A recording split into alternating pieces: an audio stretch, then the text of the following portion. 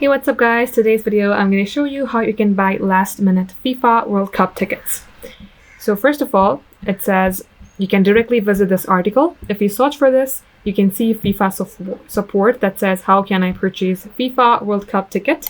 You'll get to a page like this. First of all, you're going to have to access FIFA.com and it will look something like this.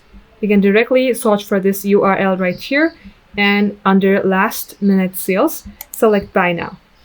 It will require you to simply log into your account first, but before that, you may go ahead and solve some CAPTCHA. Now, once you are signed in, you're going to have to simply select buy tickets at the bottom page. You can directly follow all these steps, and as you do that, you may go ahead and select book the best seat, and simply select the seat, add to cart, and then select buy now. Once you have proceeded to payment, confirm your action, and then you will be able to buy or purchase the last minute tickets. If you would want a full format of this article, simply go for the support FIFA and then click onto it. Follow the on-screen prompt and then you will be able to buy last minute tickets. Thank you for watching.